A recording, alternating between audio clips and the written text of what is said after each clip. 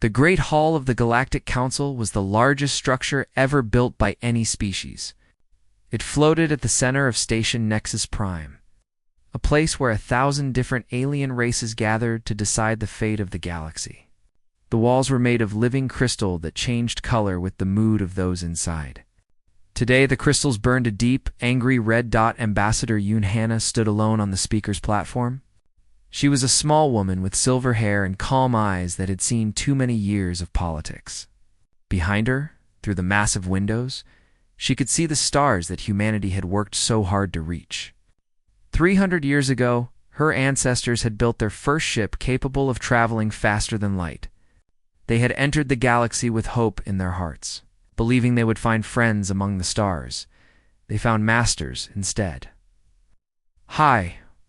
Arbiter Velos rose from his throne at the center of the council. He was an ancient being, his body stretched and thin like a shadow-given form. He had ruled the council for 2,000 years, and in all that time no species had ever defied him. His voice echoed through the hall like thunder rolling across mountains. The council has reached its decision, Velos announced. The species known as humanity has grown beyond acceptable limits. Your population expands too quickly. Your colonies spread too far. Your military builds too fast. This cannot continue. Hannah remained still. She had expected this moment for years. The council had never liked humanity. They called humans aggressive, dangerous, unpredictable. They said humans bred like insects and consumed resources like fire consuming dry grass.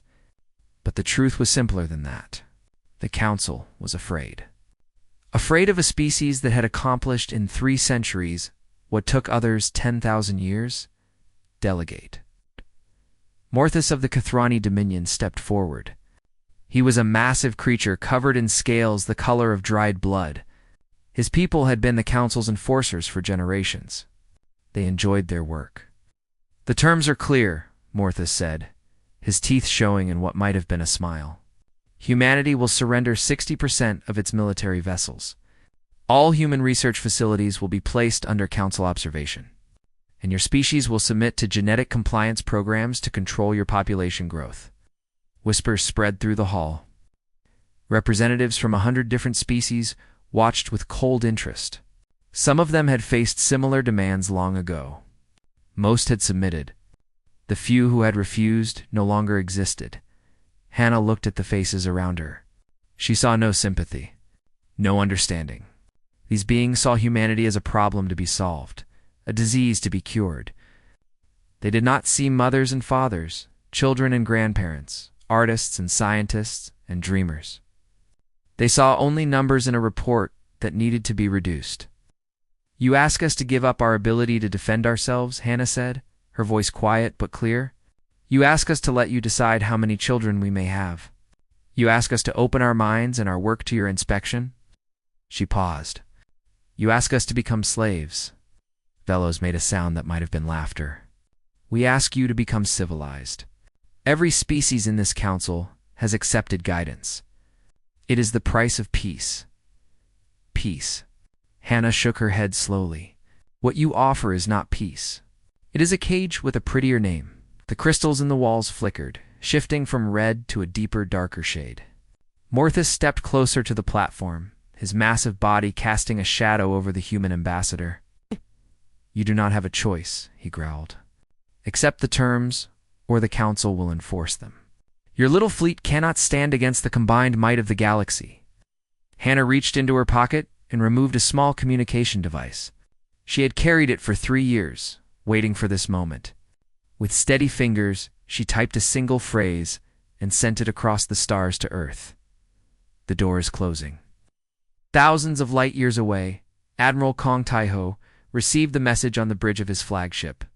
He was a tall man with a face like carved stone and eyes that had watched friends die in battles the council never knew about. He read the message twice, then turned to his crew. Begin the withdrawal, he ordered. All ships, all stations, all personnel. We are going home, back on Nexus Prime. Hannah placed the device back in her pocket. She looked at Velos one final time. Humanity came to the stars, hoping to find equals, she said. We found only those who wished to rule us. We asked for nothing but a fair chance, and you offered us chains." She straightened her back, and in that moment, she seemed taller than any creature in the hall. "We do not accept your terms. We do not recognize your authority. And we will not be managed like animals in a pen." Velos leaned forward, his ancient eyes narrowing. "Then you choose war." "No," Hannah replied. "We choose silence. You will not hear from humanity again until we are ready. And when that day comes, you will wish you had offered us friendship instead of fear." She turned and walked out of the great hall. No one tried to stop her. Perhaps they were too shocked. Perhaps they simply did not believe that any species would dare to refuse the council. Within 6 hours, every human in council space had vanished. Ships jumped too faster than light speeds and disappeared into the void. Stations went dark. Embassies emptied. It was as if humanity had never existed at all. The council sent probes into human territory.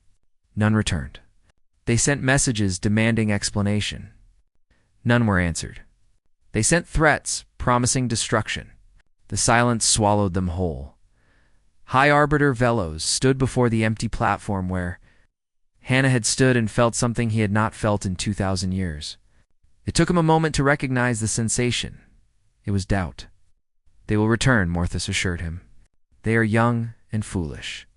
When their supplies run low and their people grow restless, they will come crawling back." Velos said nothing. He stared at the stars through the window and wondered what was growing in the darkness between them. He would find out soon enough. 5 years passed in silence. The Galactic Council watched the borders of human space with growing unease. Their most advanced sensors detected nothing. Their fastest probes vanished without a trace. It was as if an entire civilization had simply ceased to exist, swallowed by the empty darkness between stars. But humanity had not disappeared. Humanity had been busy. Admiral Kong Taiho stood on the observation deck of the newly constructed defense station orbiting Earth's moon. Below him, the blue and green planet turned slowly, its surface dotted with cities that glowed like scattered jewels in the night. This was home. This was what they were protecting. "The last of the border stations is now active," reported General Choi Seok, a serious man with gray hair and scars from battles fought long before the withdrawal. "Nothing enters our space without us knowing. Nothing leaves without our permission," Iho nodded. The defensive network had taken 2 years to complete. Thousands of stations, millions of automated weapons platforms, and a detection grid so sensitive it could track a single ship from 100 light-years away. The Council had no idea what they had built. The Council had no idea about many things. On the research moon of Titan, Dr. Park Woo-jin had not slept in 3 days. His laboratory was filled with holographic displays, showing equations that would have seemed like magic to scientists just a decade ago. He was close to something incredible. He could feel it in his bones. "The dimensional fold is stable," announced his assistant. "A young woman named Kim Yuna can maintain it for 6 hours before the power requirements become too great." Woo-jin stared at the shimmering tier in space floating before him. Through it, he could see another location entirely, a test facility on Mars, over 100 million kilometers away. With this technology, distance would become meaningless. Ships could appear anywhere in the galaxy in the blink of an eye. "The Council believes faster than light travel is the fastest way to cross space," Woo-jin said softly. "They are wrong. The fastest way is to not cross space at all. Simply step from one point to another as if the distance between them does not exist." This was the gift of isolation. Without Council observers in their facilities, without Council rules limiting their research, human scientists had been free to explore ideas that the galaxy had declared impossible. And one by one, those impossible ideas had become reality. Captain Lee Somi commanded the first ship equipped with dimensional displacement technology. The Silent Dawn was not the largest vessel in the human fleet, but it was the most advanced machine ever created. It could slip between dimensions, becoming invisible to every sensor known to exist. It could appear inside enemy formations without warning and vanish before they could respond, Somi took her ship into Council space on a mission that officially did not exist. She moved through their territories like a ghost, gathering information that flowed back to Admiral Taiho in detailed reports. Their fleets have grown lazy, she noted in one transmission. They patrol the same routes, follow the same patterns. They have not fought a real war in centuries. They have forgotten what it means to face an enemy who can hurt them. The Council species had grown comfortable in their power. Why develop new weapons when the old ones had always been enough? Why train for battles that would never come? They had ruled the galaxy for so long that they could not imagine any other way. Humanity remembered a different history. Humanity had spent its entire existence fighting against nature, against disease, against each other. War was written into their genes, carved into their bones. When the Council pushed them into isolation, they did not curl up and wait to be conquered. They prepared. Ambassador Yoon Hannah spent those 5 years on Earth, watching her species transform. Factories that once built consumer goods now produced warships.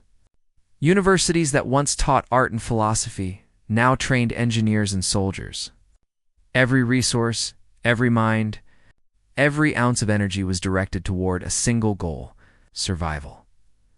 She visited Admiral Taiho one evening as the sun set over the Pacific Ocean.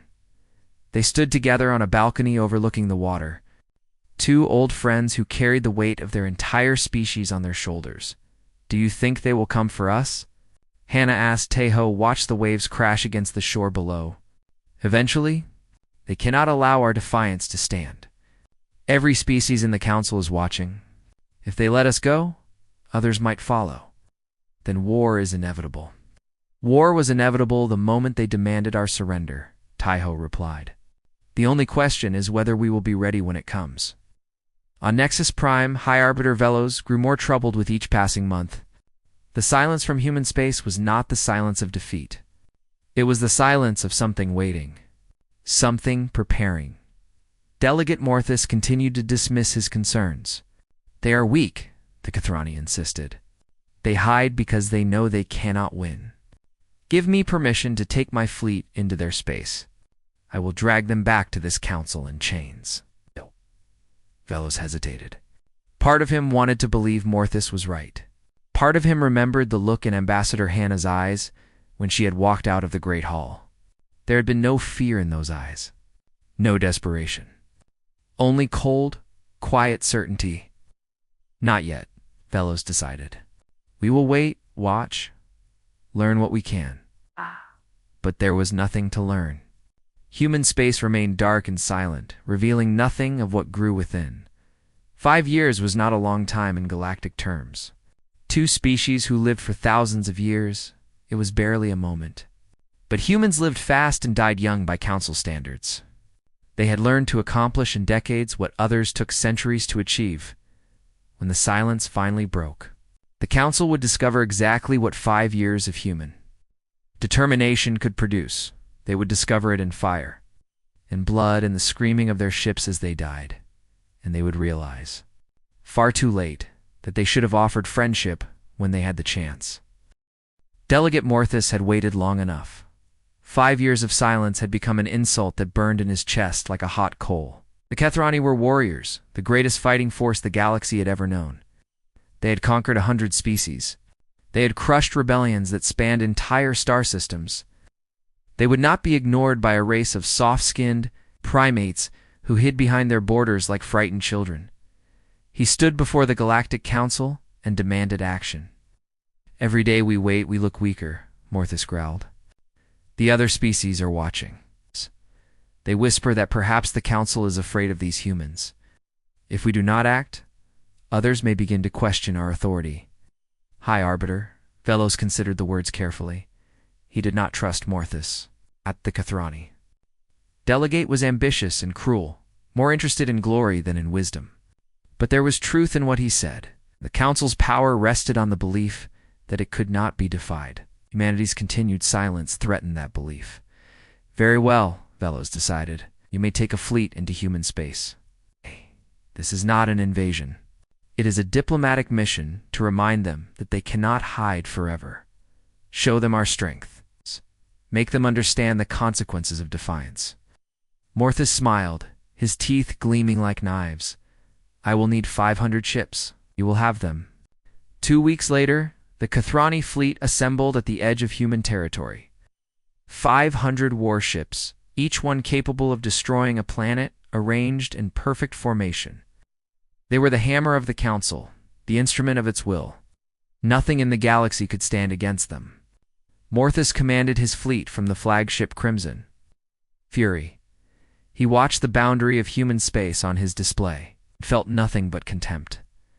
Whatever the humans had built during their isolation, it could not be enough. Evolution took time. 5 years was nothing. Cross the border, he ordered. Maximum speed. We will reach their home world within days. The fleet moved forward. On Luna, in the underground command center that directed Earth's defenses, General Choi Seokyu watched the same border on his own display. He counted the enemy ships carefully, then turned to his communications officer. Contact Admiral Taiho! Tell him we have visitors! The Admiral responded within seconds. He'd been waiting for this moment since the day humanity withdrew. How many?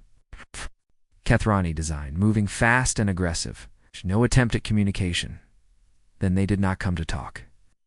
Taiho's voice was calm, almost disappointed. Activate the outer defense grid. Let them see what they are dealing with. Perhaps they will turn back. The Kathrani fleet had traveled less than 3 hours into human space when the first weapons platform appeared. It emerged from dimensional space like a creature rising from deep water. A massive structure bristling with weapons that glowed with strange energy. Morthus studied the platform and laughed. One station? This is their defense? Destroy it?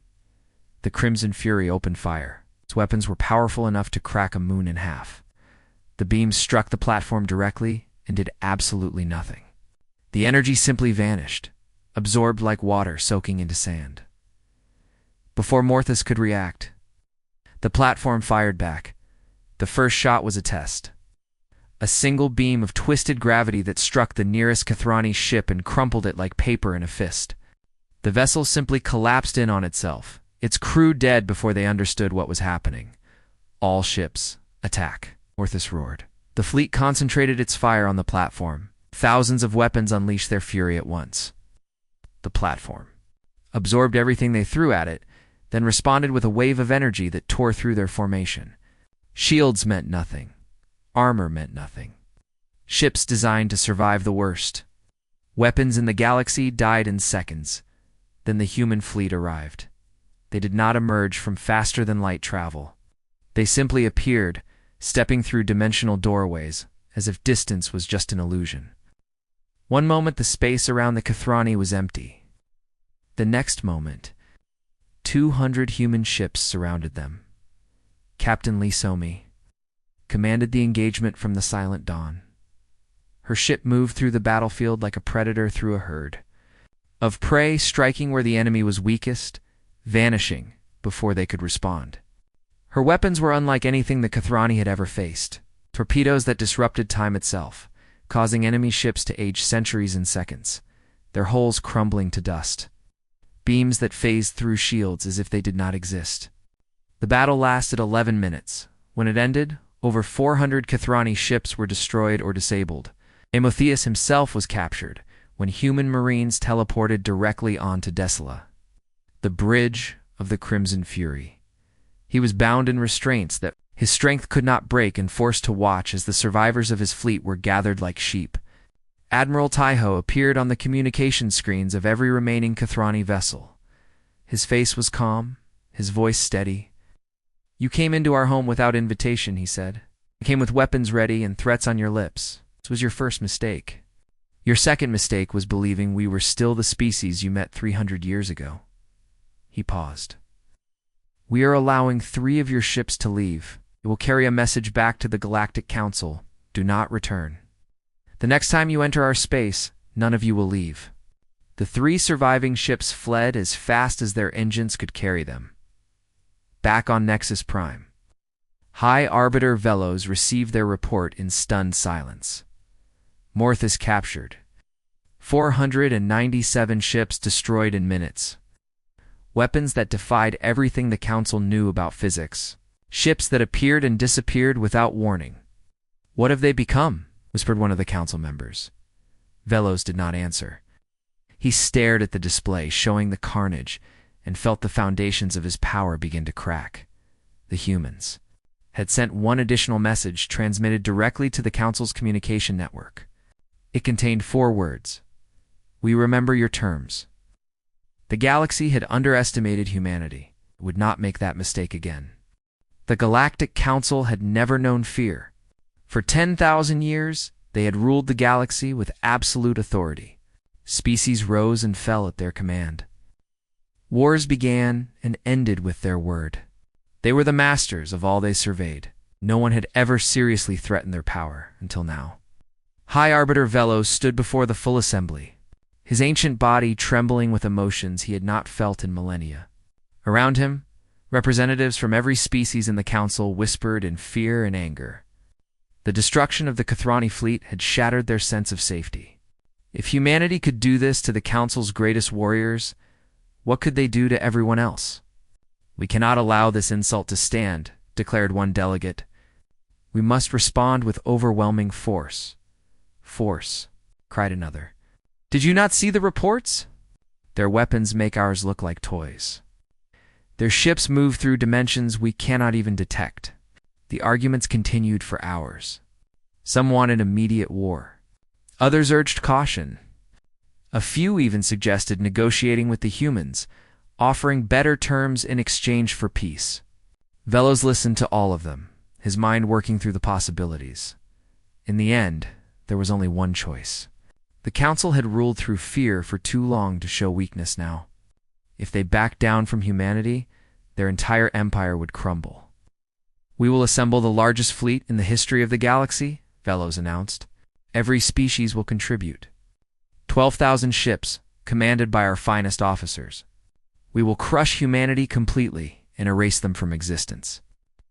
The council voted in agreement. Within weeks, ships began gathering in the Veil Nebula, a massive cloud of gas and dust at the edge of council space.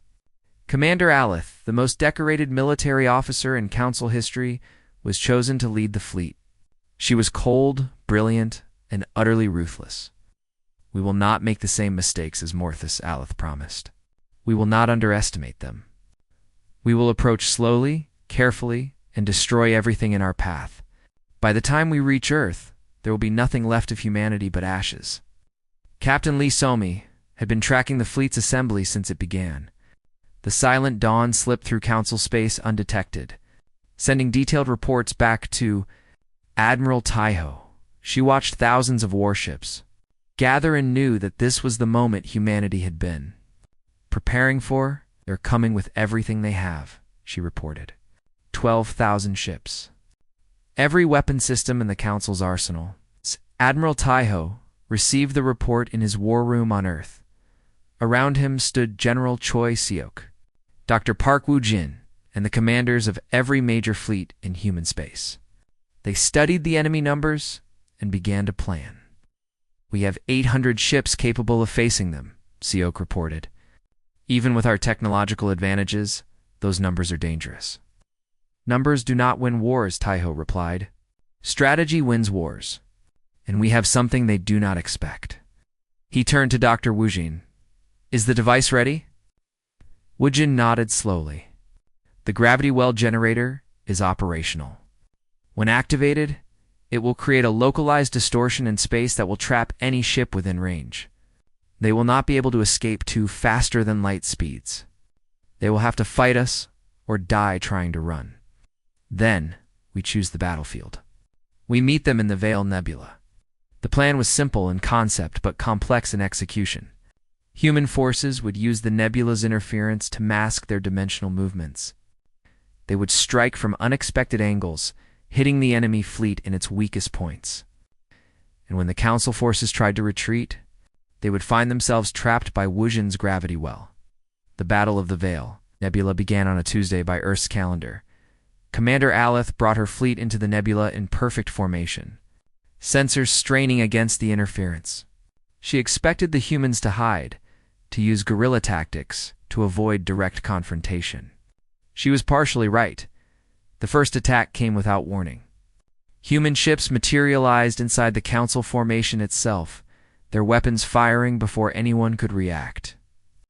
Aleth watched a dozen ships die in the first 3 seconds of combat. The humans vanished before her ships could return fire, then reappeared somewhere else, striking again and again. "Spread the formation," Aleth ordered. "Do not give them clustered targets." But spreading the formation only made things worse. Human ships moved between dimensions, appearing in the gaps. Tearing apart isolated vessels, Dr. Woodrun's temporal torpedoes turned proud warships into ancient wrecks in seconds. Gravity lances crushed holes like they were made of glass. Captain Somi led a strike force directly at the enemy command ships. The Silent Dawn lived up to its name, appearing beside Elif's flagship without any warning. Human Marines boarded the vessel before its crew could even seal the corridors. Aleth fought them with everything she had. She was a warrior born, trained in combat since childhood. But the humans who stormed her bridge were not the soft creatures the Council had dismissed for centuries. They were soldiers forged in 5 years of desperate preparation, equipped with weapons that made Council technology look primitive. When the fighting stopped, Aleth found herself looking into the calm eyes of Captain Lee Somi. "Your fleet is dying," Somi said simply. "You can surrender now and save what remains. Or you can continue fighting and watch everyone under your command die for nothing." Aleth looked at her tactical display. The numbers told a horrifying story. 7,000 ships destroyed in less than an hour. The rest were scattered, confused, their communications disrupted by human electronic warfare. The gravity well had activated, trapping them in the nebula. There was no escape. "Why?" Aleth whispered.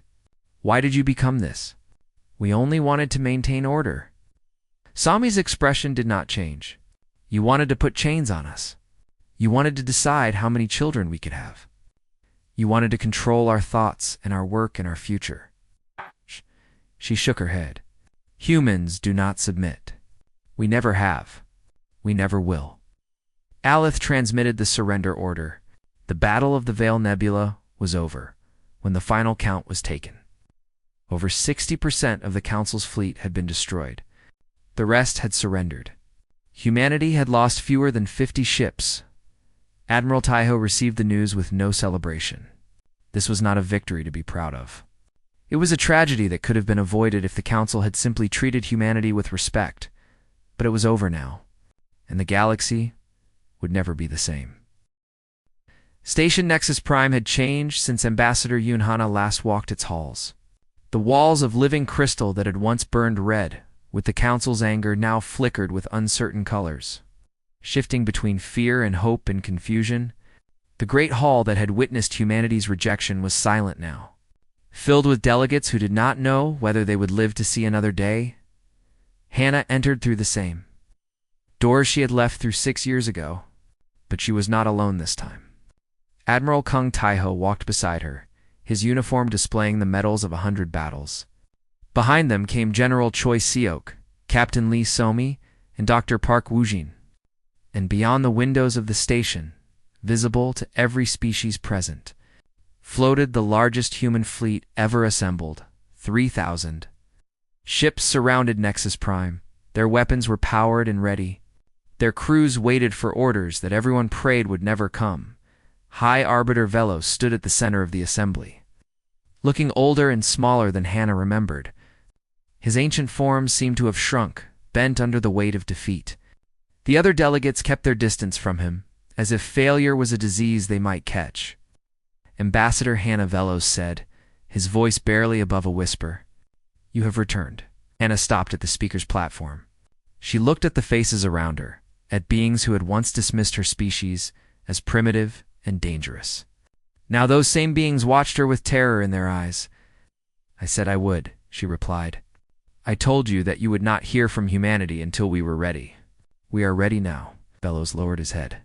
"What are your terms?" Hannah pulled a data crystal from her pocket.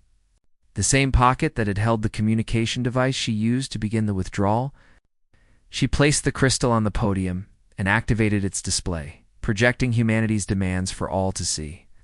First she began, "You will dismantle all genetic compliance programs. No species will ever again be told how many children they may have. Population control is a decision for each species to make for itself. Murmurs spread through the assembly. The genetic programs had been the Council's most effective tool for keeping other species weak. Without them, populations would grow. Civilizations would expand. The balance of power would shift.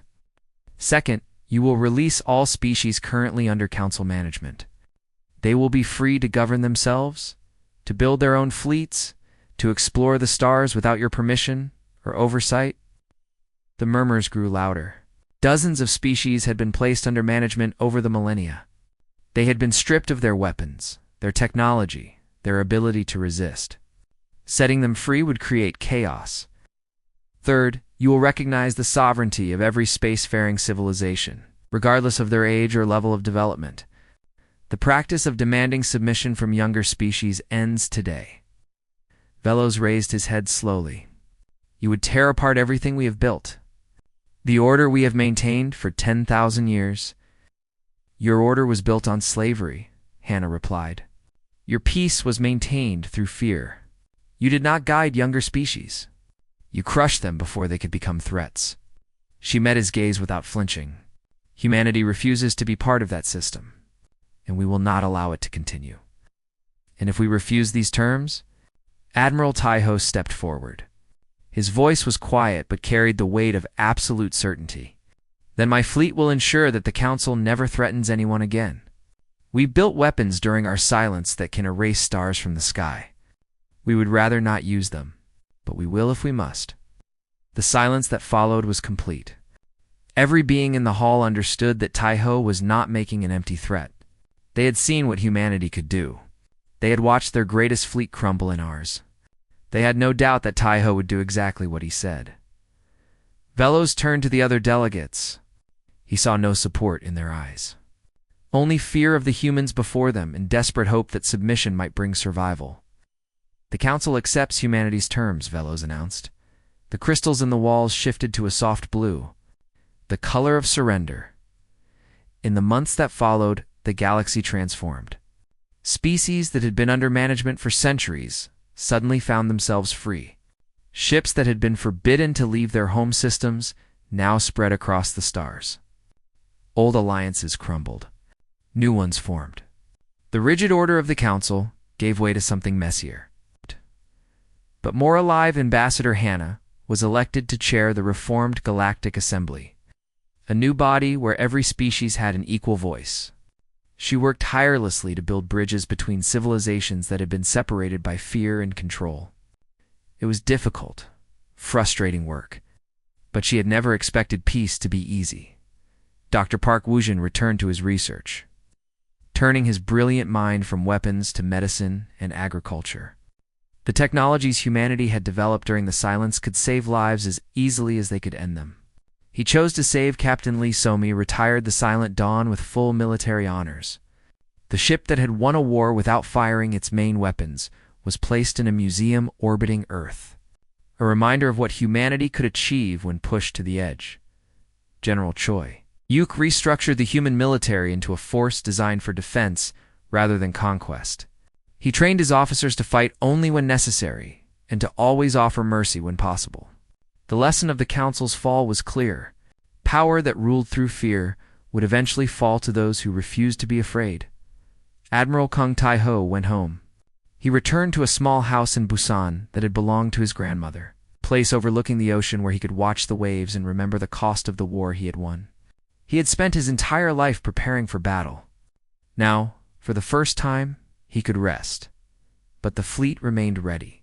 Humanity had learned that peace was precious, but it could not be protected by wishes alone. It required strength. It required vigilance. It required the willingness to fight when all other options had failed. On the anniversary of the Council's surrender, a memorial was built on Nexus Prime. It listed every name from every species that had died in the conflict. Human and alien alike, their names carved into eternal stone. Ambassador Hannah spoke at its dedication. They called us young, she said. They called us primitive. They tried to make us kneel. They forgot that young things grow. Primitive things evolve. and nothing kneels forever. She touched the stone gently. We did not want this war. We wanted only to stand among the stars as equals. Now we stand, and we will ensure that every species has the same chance. The galaxy had changed. The old powers had fallen.